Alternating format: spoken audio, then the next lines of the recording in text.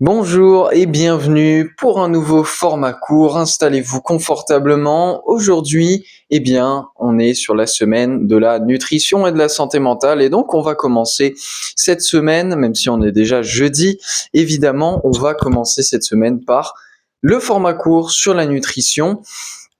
Et donc aujourd'hui, on va plus particulièrement parler de la perte de poids et de la nutrition, tout simplement parce que, de nombreuses personnes ont pour objectif de perdre du poids, que ce soit, il y a plein de raisons à ça, évidemment, et notamment l'aspect santé, bien sûr. En particulier si il y a une volonté de perdre de la masse grasse, bien sûr, et pas de perdre du poids compulsivement avec certaines maladies comme l'anorexie par exemple. Évidemment, on n'est pas sur ce type-là de perte de poids. Pourquoi y a-t-il un lien entre la perte de poids et la nutrition? Ça paraît assez évident quand même, tout simplement parce que ce que vous allez manger, ça va être soit stocké, soit utilisé, etc. par votre corps. Et selon les associations que vous faites, ça peut vous amener à prendre ou non plus ou moins de poids. C'est donc ce qu'on va voir.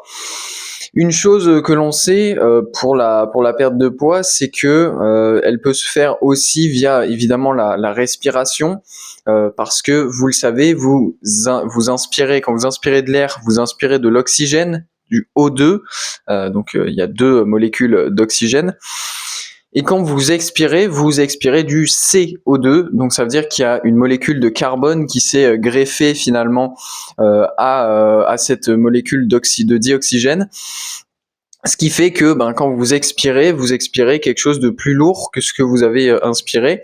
Et ce carbone-là, il vient notamment il vient de tous les carbones qui ont été décomposés, qui ont été détachés métaboliquement dans certains processus. C'est des déchets en fait, le carbone. Vous allez utiliser une certaine source, par exemple d'énergie, ce qui va faire que vous allez avoir des carbones qui vont être libérés dans votre système. Dans votre sang par exemple, et ça plaît pas à votre corps, du coup hop là, il va chercher l'oxygène va attraper ce petit carbone et puis il repart avec via votre expiration. C'est donc pour ça que quand vous faites du sport, bien évidemment, comme vous avez tendance à plus expirer qu'inspirer, c'est pour ça que vous pouvez aussi perdre du poids via la respiration. Mais ce que vous mangez va aussi déterminer votre prise de poids ou non, ou votre perte de poids. Alors déjà, je sais que beaucoup d'entre vous, parce que moi aussi j'étais comme ça, bien sûr beaucoup d'entre vous pensent que c'est assez simple la nutrition, il y a pas besoin de se creuser plus la tête que ça. Vous regardez les calories, si vous mangez un surplus calorique, vous allez prendre du poids. Si vous mangez la quantité de calories recommandée, vous allez maintenir, et si vous consommez moins de calories que la valeur de référence, vous allez perdre du poids. Voilà, ça c'est le consensus, c'est l'idée reçue que l'on a tous, mais le problème, c'est que une calorie n'est pas une calorie. Alors pourquoi je dis ça? Tout simplement parce que une calorie de glucides, ça va pas être la même chose, ça ne va pas avoir le même impact qu'une calorie de protéines ou de graisse, de lipides. Si vous mangez une brioche industrielle, comme énormément de gens le font, que ce soit le midi avec un pain de mie, ou que ce soit le matin en mangeant leur brioche avec leur confiture, leur Nutella, etc. Si vous mangez ça, comparé à si vous mangez la même quantité en termes de calories, mais de viande ou d'œufs par exemple, concrètement, ça va pas du tout avoir la même qualité nutritionnelle. C'est-à-dire que la brioche, ça va être majoritairement des glucides. Il va y avoir peut-être un peu de fibres, un tout petit peu de protéines, mais globalement, il va pas y avoir beaucoup de nutriments. Donc, c'est pas le genre de choses que votre corps en fait, si c'est le genre de choses que votre corps va vous réclamer, parce qu'il y a beaucoup de sucre, mais le problème, c'est que il va vous en réclamer énormément parce qu'il y a très peu de nutriments dedans. Contrairement à des œufs ou de la viande, où ces sources de nourriture-là, elles sont extrêmement riches en nutriments, en vitamines, etc., qui sont essentiels à votre corps et qui sont facilement absorbables par votre corps. Par conséquent, vous aurez besoin de moins en manger pour atteindre vos besoins. Donc c'est pour ça que les calories, ça marche pas. De toute façon, votre machine, justement, votre corps n'est pas une machine, votre corps n'est pas un moteur. On n'est pas une machine à combustion interne, on est une machine chimique. Le corps, il ne raisonne pas en termes de calories, il raisonne en termes de nutriments. C'est-à-dire que quand vous allez manger votre repas, les signaux qui vont être envoyés à votre cerveau, c'est pas super, j'ai 1500 calories dans l'estomac, voilà, on va se calmer peut-être parce qu'il reste encore quelques repas dans la journée, voilà, on a eu une bonne quantité, donc je pense qu'on peut se calmer. Non, non, votre corps, il va se dire, ok, j'ai eu tant de grammes de glucides, j'ai eu tant de grammes de protéines, tant de grammes de lipides, il m'en faut encore, allez, il faut qu'on continue de manger, ou au contraire, bah c'est bon, je pense qu'on a notre dose, du coup, bam, on peut arrêter de manger. Et tout ça, ça va notamment passer par le goût, hein, le goût de la nourriture que vous allez avoir dans la bouche.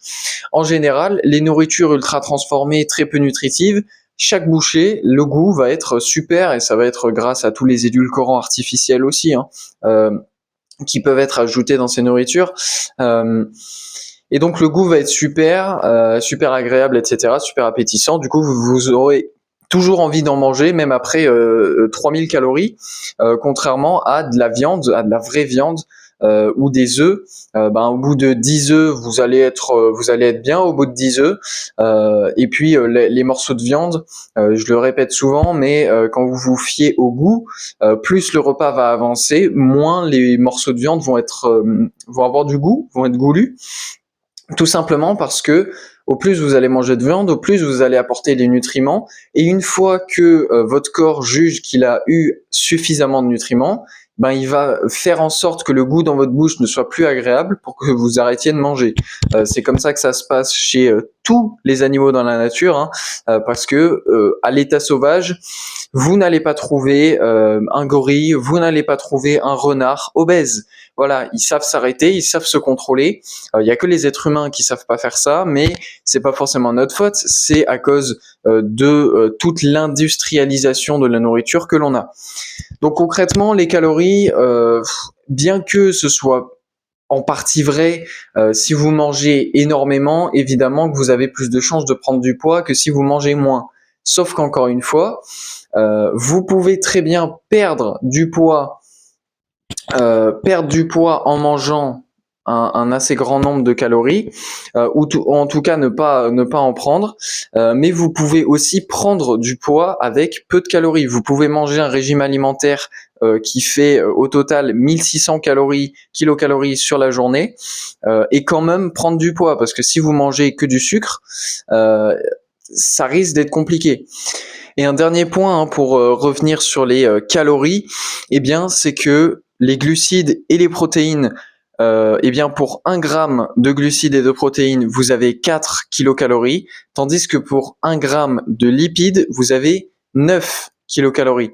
Ce qui veut dire que si vous voulez perdre du poids, en fait, il faudrait manger plus de lipides que de protéines et de glucides, parce que si vous vous basez sur les calories, 1 gramme de lipides, c'est plus de 2 fois plus de calories que 1 gramme de glucides et de protéines pour le même équivalent du coup en calories. Ce qui veut dire que vous avez besoin de moins de lipides pour atteindre la même quantité de calories qu'avec les glucides ou les protéines. Et comme ce ne sont pas les calories qui pèsent, qui ont un poids, mais plutôt les protéines, les glucides et les lipides, si vous avez besoin de moins manger, ça veut dire que vous mangez en termes de masse, vous mangez moins en mangeant plus de lipides. Donc, ce qui veut dire que manger plus de lipides peut vous permettre de perdre du poids et non d'en prendre. Parce que, encore une fois, manger plus de lipides fait que vous allez manger moins en termes de quantité, en termes de masse de nourriture qui va rentrer dans votre corps, ben il y en aura quasiment 2 fois moins si vous mangez, bon ça c'est si vous mangez que des lipides, mais vous avez compris. Donc les associations qu'il faut éviter de faire si vous voulez éviter de prendre du poids et notamment si vous voulez éviter de prendre du gras et du gras viscéral qui est le gras qui va se mettre autour des organes et qui est extrêmement mauvais pour la santé. Si vous voulez éviter ça, eh bien il faut éviter de manger un régime alimentaire riche en glucides et riche en lipides. C'est-à-dire que les lipides, ils vont pas enfin, ça dépend après de la forme de lipides que vous mangez, mais les lipides en soi, ils sont pas si mauvais. Et dans les lipides, il y a énormément de choses dont vous avez besoin, hein. Il y a des acides gras qui sont essentiels au fonctionnement de votre corps. Cependant, quand vous mangez un régime alimentaire riche en glucides et riche en lipides, le problème c'est que l'association des deux, ça fonctionne pas très bien, tout simplement parce que le fait de manger beaucoup de glucides, ça va faire augmenter vos niveaux d'insuline. Insuline qui est une hormone de stockage, c'est-à-dire qu'en gros, votre insuline, elle va faire que tous les lipides que vous aurez ingérés, ils vont aller être stockés dans les tissus adipeux, dans les cellules adipeuses, et donc en étant stocké là-bas, eh bien, ben ça va vous engraisser tout simplement. C'est comme ça que on engraisse les autres mammifères qui fonctionnent comme nous, bien qu'ils soient herbivores et pas carnivores comme l'être humain, mais par exemple, ben, tout ce qui va être le bétail, c'est comme ça qu'on les engraisse. C'est justement en leur donnant énormément de céréales qui sont des glucides. Et donc, avec l'insuline, ça va faire que ils vont stocker beaucoup de graisse, qui va donner à l'animal. Eh bien, déjà, il va être plus lourd, et puis du coup, il y aura plus de matière parce qu'il y aura pas mal de graisse, et donc ça va faire des morceaux marbrés. Donc déjà, si vous voulez éviter de prendre du poids et surtout de prendre de la masse grasse, eh bien, il vaut mieux quand même éviter de manger un régime alimentaire riche en glucides et riche en lipides. En gros, c'est arrêter de manger un régime qui est conseillé par tout le monde, tout simplement parce que la pyramide de la nourriture, si on l'écoute, elle nous dit ce qu'il faut manger en priorité, ça va être tout ce qui va être glucides, le pain, les pâtes, le riz, les céréales, tous ces trucs-là. Sauf que bah non, en fait, c'est parce que comme je l'ai dit, les glucides, premièrement, les glucides, c'est un des macros, un des 3 macros non essentiels. Lui, il est non essentiel comparé aux 2 autres, aux protéines et aux lipides. Vous avez besoin de protéines, vous avez besoin de lipides parce qu'il y a des acides aminés, des acides gras et des protéines du coup qui sont vitales à votre corps, mais il n'y a pas de glucides vitaux à votre corps, tout simplement parce que si vous ne mangez pas de glucides, votre corps, il est capable de produire ses propres glucides lui-même, voilà, tranquillement, grâce aux acides aminés justement que vous avez mangés. Il va faire la néoglucogénèse au niveau du foie, ce qui va faire que vous aurez du glucose et du glycogène dans les quantités dont vous avez besoin pour fonctionner. Vous en aurez jamais plus et jamais moins. Et ça, c'est exactement ce qu'on recherche. Donc voilà, et puis en termes de nutrition, bien sûr, ça me paraît assez évident. Moi, je vais pas vous dire d'être carnivore ou de suivre un régime végétarien, etc. Je m'en fiche. Moi, c'est pas mon but ici. Mon seul but, c'est juste que vous soyez dans la meilleure santé possible en fonction de vos valeurs, etc. Mais peu importe le régime alimentaire que vous suivez, vraiment, si vous ne voulez pas, enfin, si vous voulez éviter en tout cas de nombreux problèmes de santé, arrêtez tout simplement de consommer de la nourriture transformée, de la nourriture industrielle, c'est-à-dire pas de gâteaux, pas de yaourts qui ne sont pas des yaourts nature, c'est-à-dire les yaourts nature, les fromages blancs, tout ça c'est super. Mais tous les yaourts, toutes les danettes, tous les trucs comme ça, là, les flambis, tout ça, tous ces trucs-là, c'est beaucoup trop transformé. Et on va en reparler d'ailleurs dans le prochain format court. Tout ce qui est transformé, tous les biscuits, toutes ces choses-là, c'est trop transformé. C'est beaucoup trop transformé et ça n'a aucune valeur nutritionnelle. Voilà. Donc, Après, certains voudront profiter de la vie, avoir des super goûts en bouche, etc. Mais bon, premièrement, que ce soit la viande ou même des légumes, selon comment ils ont été préparés, etc., ça peut être super bon, sans avoir des huiles végétales, sans avoir du sucre de partout. On peut avoir des repas qui sont très très bons. Et puis surtout, c'est bien de vouloir profiter de sa vie, mais si c'est pour mourir entre 60 et 80 ans d'une maladie chronique ou d'un cancer, etc., alors que on aurait pu vivre 20 ans de plus, je sais pas. Voilà, moi, je fais mon choix, je fais le choix de la santé, et c'est pour ça que je continue de me documenter et d'en apprendre tout le temps. Mais donc voilà, avec la nutrition, vous pouvez très clairement gérer votre poids. Si vous consommez par exemple un régime carnivore, euh, et ben là aussi, si vous faites la bonne chose, si vous ne consommez pas trop de nourriture, et comme j'ai dit, pour savoir si c'est trop ou pas, vous vous fiez au goût. Donc si à chaque fois vous vous forcez à manger à la fin de vos repas un peu trop, vous allez peut-être prendre du poids à ce moment-là parce que vous apportez trop de nutriments par rapport à ce que votre corps avait besoin. Donc il va stocker.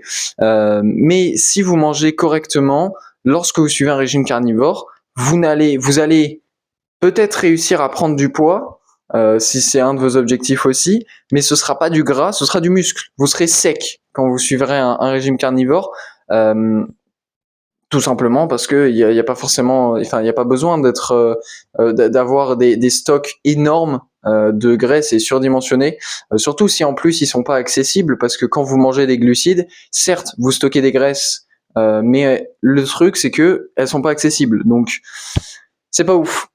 Voilà, donc on en a fini pour ce petit format court. Comme toujours, n'hésitez pas à vous abonner, à mettre un pouce bleu, à partager votre avis en commentaire sur les plateformes d'écoute ou sur YouTube. N'hésitez pas sur les plateformes à mettre 5 étoiles à l'émission et à suivre l'émission pour ne pas rater les futurs épisodes. Et puis, comme toujours, on se retrouve la semaine prochaine pour un nouvel épisode du podcast des 4 piliers, mardi à 18h. Et puis le jeudi et le samedi à 18h, comme toujours aussi, pour de nouveaux formats courts. Et sur ce, je vous souhaite bien évidemment une excellente journée.